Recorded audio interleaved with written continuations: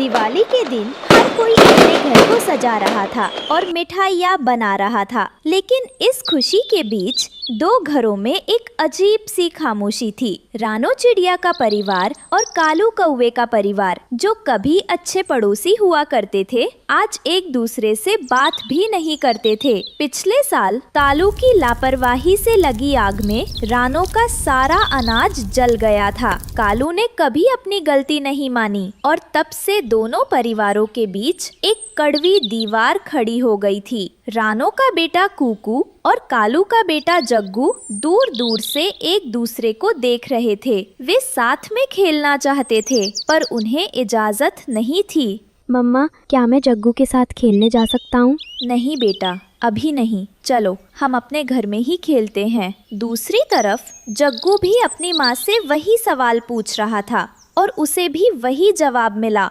बच्चों की मासूमियत बड़ों के घमंड के आगे हार गई थी। दोपहर के समय गोरी तौवी पकवान बना रही थी, लेकिन उसका मन उदास था। सुनिए जी, आज दिवाली है, क्या हम पुरानी बातें भूलकर रानो से बात नहीं कर सकते? बच्चे भी उदास हैं। चुप रहो गोरी, गलती उसकी थी, मेरी नहीं। मैं क्यों बात करूं? हमें किसी की जरूरत नहीं है, हम अपनी दिवाली मनाएंगे। गोरी कौवी चुप हो गई। वो जानती थी कि उसके पति का घमंड बहुत बड़ा है। रानो अपने बच्चों को उदास देखकर उनका मन बहलाने की कोशिश कर रही थी। उसने अपने छोटे से घर को जंगल के फूलों से सजाया था और मिट्टी के छोटे छोटे दिए बना रही थी। देखो बच्चों, हम अपने घर को सबसे सुंदर बनाएंगे। पर मम्मा, दिवाली तो सबके साथ अच्छी लगती है। रानो के पास अपने बेटे के इस सवाल का कोई जवाब नहीं था। उसका दिल भी जानता था कि त्योहार की असली खुशी साथ में ही होती है। शाम होते ही पूरा जंगल दियों की रोशनी से जगमगा उठा। हर घर से हंसी और खुशी की आवाजें आ रही थीं। रानो ने भी अपने घर के बाहर कुछ दिए जलाए और कालू ने भी, लेकिन उनके दियों की रोशनी उनके दिलों के अंधेरे को मिटा नहीं पा रही थी। कालू का बेटा जग्गू कुछ पटाखों के साथ खेल रहा था जो उसे बाजार से मिले थे। कालू और गोरी मेहमानों से बात करने में लगे हुए थे और उनका ध्यान जग्गू पर नहीं था। ये वाला पटाखा जलाकर देखता हूँ। जग्गू जैसे ही एक पटाखा जलाने के लिए झुकता है, उसकी पूंछ पास में पड़े सूखे पत्तों के ढेर में लग जाती है, जिसमें चिंगारी सुलग रही थी। सूखे पत्तों ने तुरंत आग पकड़ ली। जग्गू डर के मारे आग की लपटों के बीच फंस गया और जोर जोर से रोने लगा।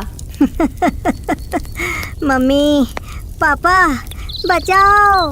शोर शराबे में कालू और गोरी उसकी आवाज नहीं सुन पाते, लेकिन रानो, जो अपने घर से ये सब देख रही थी, एक पल के लिए भी नहीं हिचकिचाई। रानो अपनी और कालू की दुश्मनी को भूलकर बिजली की तेजी से उड़ी। उसने अपनी चोंच में पास के घड़े को उठाया और आग पर डाला। उसने एक पल की भी देरी किए बिना आग की लपटों के बीच से जग्गू को सुरक्षित बाहर निकाल लिया। जब तक कालू और गोरी कुछ समझते, रानो उनके बेटे को बचा चुकी थी। कालू ने देखा कि उसका बेटा सुरक्षित है और उसे बचाने वाली रानो है। जिस रानो से वो नफरत करता था, आज उसी ने उसके परिवार की खुशी को जलने से बचाया था। ये देखकर कालू का घमंड और गुस्सा शर्म से पानी पानी हो गया। उसकी आंखों से आंसू बहने लगे। मैं कितना बुरा हूँ। मैंने उसका इतना नुकसान किया और उसने मेरे बेटे की जान बचाई। रानो जग्गू को उसकी माँ गोरी को सौंपकर बिना कुछ कहे अपने घर वापस चली जाती है। कालू पूरी रात सो नहीं सका। रानो की अच्छाई उसके घमंड पर भारी पड़ रही थी। उसे अपनी गलती का गहरा एहसास हो रहा था। उसने एक फैसला किया। उस रात कालू अपने घर से कोई महंगी मिठाई या तोहफा लेकर नहीं निकला। उसने अपने हाथ में सिर्फ एक साधारण सा मिट्टी का दिया लिया और धीरे धीरे रानो के दरवाजे पर पहुंचा। उसने कांपते हाथों से वो दिया रानो के दरवाजे पर रख दिया। रानो, मुझे माफ कर दो। आज तुमने मेरे बच्चे को बचाकर मेरे मन के अंधेरे में रोशनी कर दी है। ये दिया मेरे घमंड का नहीं, मेरी माफी का है। कृपया इसे स्वीकार कर लो। रानो दरवाजे पर आती है। वो कालू की आंखों में सच्चा पछतावा देखती है। वो चुपचाप उस दिए को उठा लेती है। रानो उस दिए को अपने घर के बीच में रख देती है। कुछ ही देर में कालू का पूरा परिवार और रानो का पूरा परिवार एक साथ एक ही जगह पर दिवाली मना रहा था। बच्चों की हंसी फिर से मिल गई थी। उस रात जंगल में हजारों दिए जल रहे थे, लेकिन सबसे रोशन वो एक दिया था जो माफी की रोशनी से जल रहा था। इस कहानी से सीख मिलती है कि दिवाली का असली मतलब सिर्फ दिए जलाना नहीं, बल्कि अपने मन के अंधेरे, घमंड और नफरत को मिटाकर माफी की रोशनी जलाना है। सुंदरवन जंगल में काले बादल छाए हुए थे। हवा तेज थी और हर पेड़ की डालियां कांप रही थीं। रानो चिड़िया अपने छोटे से टूटे घोंसले में बैठी थी। उसके साथ 2 नन्हे बच्चे गुड़िया चिड़िया और कुकू चिड़ा थे। हाँ, हे भगवान, ये बारिश तो थमने का नाम ही नहीं ले रही। हमारा ये टूटा फूटा घोंसला कब तक हमें बचाएगा? अम्मा, ये पानी क्यों टपक रहा है? मेरी पंखी तो भीग गई। अम्मा, मुझे ठंड लग रही है। तेज हवा का झोंका आया और अचानक टहनी से बना घोंसला टूटकर बिखर गया। तीनों भीगे पंखों के साथ जमीन पर आ गिरे। अरे, मेरा घर सब बिखर गया। बच्चों को अब कहाँ ले जाऊं? अम्मा, हमें डर लग रहा है। क्या हम अब बिना घर के रहेंगे? पास ही पेड़ पर बैठे कालू कौवा और गोरी कौवी ये सब देख रहे थे। देखो तो सही, गरीब रानो का घर भी पानी में बह गया। बेचारी अपने बच्चों को बारिश से भी नहीं बचा सकती। क्यों मेरा मजाक उड़ाते हो? मैं भी तो माँ हूँ, अपने बच्चों को बचाने की कोशिश कर रही हूँ। बारिश थमी नहीं। तीनों भीगते हुए एक झाड़ी के नीचे छुप गए। तभी घने अंधेरे से 2 चमकती हुई आंखें उन्हें घूरने लगीं। अम्मा, वो देखो, चमक रही हैं 2 आँखें। अम्मा, कोई हमें देख रहा है। वो कोई और नहीं बल्कि जंगल की खूंखार बिल्ली थी। उसके मुंह से लार टपक रही थी। वाह, कितने रसदार छोटे छोटे पंछी। आज तो मजेदार दावत मिलेगी। मेरे बच्चों की तरफ देखना भी मत, पीछे हट जा। तू मुझे रोक पाएगी? तू खुद तो एक नन्ही चिड़िया है। मैं तो एक ही झपट्टे में तुम्हें खत्म कर दूंगी। इतना कहकर बिल्ली छलांग लगाती है। रानो तेजी से बच्चों को अपने पंखों में समेटती है और पंख फड़फड़ाकर झाड़ियों के भीतर घुस जाती है। अम्मा, वो पीछे आ रही है। हमें बचा लो अम्मा। बिल्ली पंजे मारते हुए झाड़ी के पास तक पहुंचती है, लेकिन घने कांटों में उलझ जाती है। भाग जा, मगर याद रखना, अगली बार नहीं बचोगी। बिल्ली गुस्से में दांत पीसकर चली जाती है। रानो ने ऊपर आसमान की ओर देखा। बारिश अब भी टपक रही थी। हे प्रभु, मैं गरीब हूँ मगर माँ हूँ। मुझे भूख प्यास सहनी है तो सह लूँ, पर मेरे बच्चों को सुरक्षित घर और खाना दे दो। उन्हें ऐसे खतरों से बचा लो। अचानक पास की मिट्टी में एक चमकती हुई हरी मिर्च दिखाई दी। अम्मा, देखो, ये कैसी मिर्ची है? ये तो जादू जैसी लग रही है। सचमुच, ये कोई साधारण मिर्च नहीं। शायद भगवान ने हमारी सुन ली। रानो चिड़िया ने उस चमकती हरी मिर्च को सावधानी से तोड़ा। उसके हाथ कांप रहे थे, मानो उसमें कोई रहस्य छिपा हो। और कुछ देर बाद बारिश भी रुक जाती है। बेटा, ये मिर्च भगवान का दिया हुआ तोहफा है। हमें इसे संभाल कर बोना होगा। शायद यही हमारी नई उम्मीद है। अम्मा, इसे बोएंगे तो क्या सच में घर उगाएगा? पता नहीं बेटी, पर कोशिश किए बिना कुछ नहीं मिलता। मिर्च की खेती कर हमें इसे मंडी में ले जाकर बेचना होगा। रानो अपने बच्चों को साथ लेकर नदी किनारे पहुंची। मिट्टी नमी से भीगी हुई थी। उसने अपने छोटे पंजों और चोंच से गड्ढा खोदा और उस जादुई हरी मिर्च को सावधानी से उसमें बो दिया। अम्मा, मैंने ऊपर से थोड़ी मिट्टी डाल दी है। मैं पानी छिड़क दूं क्या? हाँ बेटी, पर धीरे से। ये कोई साधारण मिर्च नहीं है बच्चों, इसमें जरूर कोई चमत्कार है। रात बीत गई। नदी किनारे हल्की ठंडी हवा चल रही थी। आसमान साफ था और चांद की चांदनी खेत पर पड़ रही थी। सुबह होते ही रानो चिड़िया अपने बच्चों गुड़िया और कुकू के साथ उस जगह पहुंची जहां उन्होंने हरी मिर्च बोई थी। अम्मा, पेड़ निकल आया और कितना बड़ा भी, और इतने सारे भी। सच कहा बेटा, ये कोई सामान्य पौधा नहीं, ये तो भगवान का वरदान है। रानो चिड़िया ने मिर्चें तोड़ी और एक लकड़ी की गाड़ी में भरी और उसे बेचने निकल पड़ी। जंगल के रास्ते में उसे एक घायल परी मिलती है। कोई है? मदद करो। रानो ने गाड़ी रोक दी और डरते डरते झाड़ी के पास गई। वहाँ एक चमकदार परी जमीन पर गिरी पड़ी थी। हाय राम, ये कौन? इतना चमकदार शरीर और ये पंख! ओह, ये तो परी है। बहन प्लीज मेरी मदद करो, मैं बहुत घायल हूँ, उड़ नहीं पा रही। रानो का दिल पसीज गया। उसने अपनी भारी गाड़ी की तरफ देखा, फिर परी की तरफ।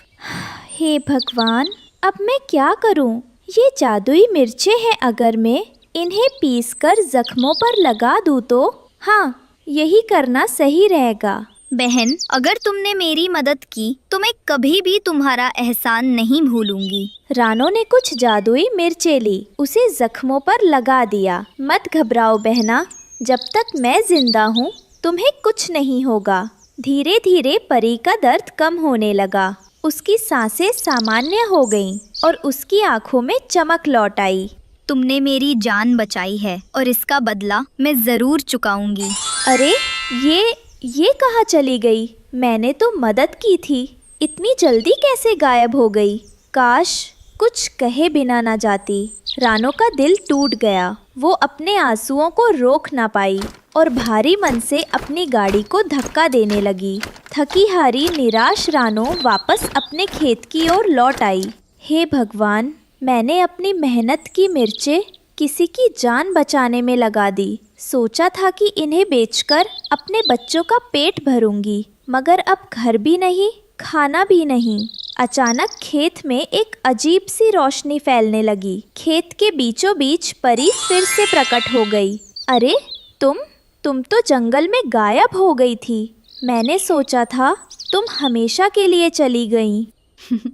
नहीं बहन, मैं कहीं नहीं गई थी। तुम्हारा दिल परखना जरूरी था। तुमने बिना लालच के मेरी मदद की, इसलिए अब तुम्हें तुम्हारे त्याग का फल मिलेगा। परी ने अपने हाथ में चमकती हुई छड़ी उठाई और जमीन की ओर इशारा किया। कुछ ही पलों में वहाँ एक 3 मंजिला हरा भरा घर खड़ा हो गया। हे परी बहन, ये सब तुम्हारी वजह से हुआ। मैं तुम्हारा ये उपकार कभी नहीं भूलूंगी। रानो, ये घर सिर्फ तुम्हारे लिए नहीं, तुम्हारे बच्चों और तुम्हारे नेक दिल के लिए है। याद रखना, सच्चा जादू हमेशा भलाई और त्याग में होता है। इतना कहकर परी रोशनी में बदल गई और आकाश में विलीन हो गई। रानो और उसके बच्चे अपने नए 3 मंजिला घर में खुशी खुशी रहने लगे। मम्मा, हमारी सब्जियां कितनी अच्छी हो गई हैं। मम्मा, क्या अब हम इन्हें बाजार में बेच सकते हैं? हाँ गुड़िया बेटी, हमारी सब्जियां अब बिल्कुल तैयार हैं। हम कल ही इन्हें बाजार लेकर जाएंगे। रानो चिड़िया और गुड़िया कुछ सब्जियां तोड़कर अपने घर ले जाती हैं। कालू जी, वो देखो, रानो चिड़िया की सब्जियां पक गई हैं। हाँ, सब्जियां तो बिल्कुल तैयार लग रही हैं। कालू जी, चिड़िया तो गई अपने घर। चलो हम चिड़िया की सब्जियां खाकर आते हैं। कालू और गोरी रानो चिड़िया के सब्जियों के खेत में चले जाते हैं और सब्जियां तोड़ तोड़ कर खाने लगते हैं। तोता भी दूर पेड़ पर बैठा अमरूद खा रहा था। उसकी नज़र कौवों पर। दोस्तों, ये रहे हमारी आज की वीडियो के प्यारे सब्सक्राइबर्स के नाम। अनुष्का, मुस्कान शेख, दिशा और जो नहीं चुने गए, चिंता मत करो, अगली बार तुम भी बन सकते हो जंगल के सुपरस्टार। दोस्तों, अगर आप भी चाहते हैं मैं आपका नाम अपनी कहानी में लूं, तो देर किस बात की, जल्दी से पर पड़ती है। ये कौवे, ये दुष्ट कौवे कैसे रानो चिड़िया की सब्जियां बर्बाद कर रहे हैं। मैं अभी जाकर रानो चिड़िया को बता कर आता हूँ। तोता जल्दी से उड़ता है और अपने घर जाता है। हरियाली, क्या रानो चिड़िया यहाँ आई थी? हाँ, आई तो थी, मगर अब चली गई। कह रही थी कौवों के घर भी गाजरें देने जाना है। कैसी बेवकूफ है ये रानो चिड़िया, अपने दुश्मनों को भी अपना दोस्त समझती है। मैं अभी आता हूँ। तोता जल्दी से उड़ता है और रानो चिड़िया के घर जाता है, मगर रानो चिड़िया तो घर पर थी ही नहीं। गुड़िया, गुड़िया बेटी, तुम्हारी मम्मा कहाँ है? अंकल, मम्मा तो आपके घर ही गई है गाजर की सब्जी देने। रानो चिड़िया कौवों के दरवाजे पर दस्तक दे रही थी कि तोता वहाँ आ जाता है। कोई फायदा नहीं तुम्हारी दस्तक का, क्योंकि कौवे घर पर नहीं है। मगर आपको कैसे मालूम? क्योंकि मैं कौवों को अभी अभी तुम्हारे सब्जियों के खेत में देख कर आ रहा हूँ। जल्दी चलो, वो सारी सब्जियाँ बर्बाद कर रहे हैं। ये आप क्या कह रहे हो तोते भैया? जल्दी चलो। रानो चिड़िया और तोता तुरंत वहाँ से उड़ते हैं और जल्दी से उड़ते हुए खेत में पहुँच जाते हैं। गोरी कालू, कुछ शर्म करो। ये मेरी दिन रात की मेहनत है जिसे तुम दोनों इस तरह बर्बाद कर रही हो। रानो बहन, ये सारी सब्जियां हमने नहीं तोड़ी, ये तो पहले ही कोई तोड़कर फेंक गया था। निकल जाओ मेरे खेत से। दुष्ट कौवा, आइंदा फिर कभी मेरे खेत की तरफ मत आना। गोरी और कालू वहाँ से चले जाते हैं। वह थोड़ी दूर जाकर एक पेड़ पर बैठ जाते हैं। कालू जी, हमारी इतनी बेइज्जती तो कभी नहीं हुई जितनी रानो चिड़िया ने की है आज। मैं छोड़ूंगी नहीं इस छोटी चिड़िया को। मैं बदला लेकर ही रहूंगी इस चिड़िया से। गोरी नाम है मेरा, गोरी। मगर रानो चिड़िया तो अपने घर चली गई थी, वो यहाँ क्यों आई? तुमने देखा नहीं, वो मोटी चोंच वाला तोता भी उसके साथ ही था। उसी ने बताया होगा। मैं छोड़ूंगा नहीं, उस तोते के बच्चे को मैं छोड़ूंगा नहीं। रानो चिड़िया अपने घर चली जाती है। मम्मा, तोता अंकल आए थे, आपका पूछ रहे थे। काफी जल्दी में थे वो। सब ठीक तो है ना? हाँ, वो गोरी और कालू। रानो चिड़िया सारी बात गुड़िया को बताती है। मम्मा, वो दुष्ट कव्वे रात होते ही फिर से सब्जियां खाने आ जाएंगे। उसका इंतजाम मैंने कर लिया है, आप चिंता मत करो। रानो चिड़िया और गुड़िया खाना खाती हैं। कालू जी, रात होने ही वाली है। उस रानो की सब्जियां तो मैं छोड़ूंगी नहीं। अब हम उसकी सब्जियां नहीं चुरा सकते। क्या? क्या मतलब? उसने अपने खेत में घंटियां लगा दी हैं। अगर हम गए तो वो बजने लगेंगी। कालू जी, आइडिया। अगर सब्जियां हमारी ना हुई तो उस रानो चिड़िया की भी कभी नहीं होंगी। गोरी कालू के कान में कुछ बताती है। हाँ, अब यही सजा होगी उस रानो की बच्ची की। रात हो जाती है। कौवा और कौवे जहरीला पाउडर लेकर चिड़िया के खेत के ऊपर उड़ने लगते हैं और वो जहरीला पाउडर दूर से ही रानो चिड़िया की सब्जियों पर डाल देते हैं। अब आएगा मजा। गोरी और कालू जल्दी से उड़ने लगते हैं कि तभी गोरी कौवे का पंख झाड़ियों में ही फंस जाता है। कालू जी, मुझे जल्दी से निकालो। ये ना हो कि कोई हमें यहाँ देख ले। जल्दी करो। निकाल तो रहा हूँ, क्या करूँ अब? कालू कौवा जैसे तैसे गोरी को वहाँ से निकालता है। चलो, अब जल्दी उड़ो। गोरी और कालू तुरंत वहाँ से भाग जाते हैं। सुबह हो जाती है। गुड़िया आज बहुत खुश थी क्योंकि वो आज पहली बार अपनी मम्मा के साथ बाजार जाने वाली थी। मम्मा चले? गुड़िया बेटी, तुम जाकर सब्जियां तोड़ो। मैं कबूतर चाचा से उनकी बैलगाड़ी लेकर आती हूँ। ठीक है मम्मा। गुड़िया जाती है और सब्जियों के खेत में जाकर सब्जियां तोड़ तोड़ कर टोकरियां भरने लगती है। रानो चिड़िया कबूतर चाचा के दरवाजे पर दस्तक देती है। रानो चिड़िया, कैसे आना हुआ? मुझे एक दिन के लिए आपकी बैलगाड़ी चाहिए, क्या मैं ले जाऊं? हाँ, ले जाओ। रानो चिड़िया वो बैलगाड़ी लेकर खेत में जाती है और दोनों माँ बेटी मिलकर सब्जियां तोड़ तोड़ कर बैलगाड़ी पर रखती हैं। माँ, अब चलें? हाँ, चलो बेटी। रानो चिड़िया और गुड़िया सब्जियों से भरी हुई बैलगाड़ी लेकर खुशी खुशी मंडी जाती हैं। चिड़िया, तुम्हारी सब्जियां बहुत अच्छी हैं। मैं इन सब्जियों का तुम्हें 10,000 दूंगा। 10,000? इतने सारे पैसे? रानो बाजार से लौटकर थकी हुई घर पर बैठी थी। तभी गुड़िया मासूमियत से टोकरी में से एक हरी सब्जी उठाकर खाने लगी। मम्मा, हमारी सब्जियां तो बहुत मज़ेदार हैं। मैं भी खा लेती हूँ। गुड़िया सब्जी खाती है। कुछ देर बाद उसका चेहरा उतरने लगता है। मम्मा, मुझे चक्कर आ रहे हैं, बहुत अजीब लग रहा है। गुड़िया, अरे ये तेरा रंग पीला क्यों पड़ रहा है? या अल्लाह, क्या हो गया मेरी बच्ची को? रानो गुड़िया को बैलगाड़ी में लिटाकर जंगल में मदद ढूंढने निकल पड़ी। उसकी आंखों से आंसू बह रहे थे। कोई मदद करो, मेरी बच्ची को बचा लो। किसी को दवा पता हो तो बताओ। पक्षी और जानवर उसे देखते हैं लेकिन कोई मदद नहीं करता। देखा गोरी, हमारी चाल कितनी कामयाब रही। रानो की बच्ची अब मौत के मुंह में जाएगी। हाँ कालू, अब सबको लगेगा कि रानो गंदी और जहरीली सब्जियां बेचती है। उसकी इज्जत भी जाएगी और घर भी बर्बाद होगा। दोनों जोर जोर से हंसते हैं। वही जंगल के एक हिस्से से बूढ़ा हकीम कछुआ पानी के पास बैठा जड़ी बूटियां चुन रहा था। लंबी दौड़ के बाद रानो एक बुजुर्ग हकीम कछुए के पास पहुंची, जो जंगल का जाना माना वैद्य था।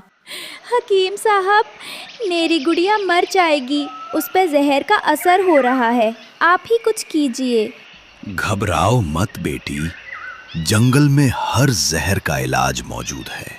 जल्दी से उसे जमीन पर लिटाओ।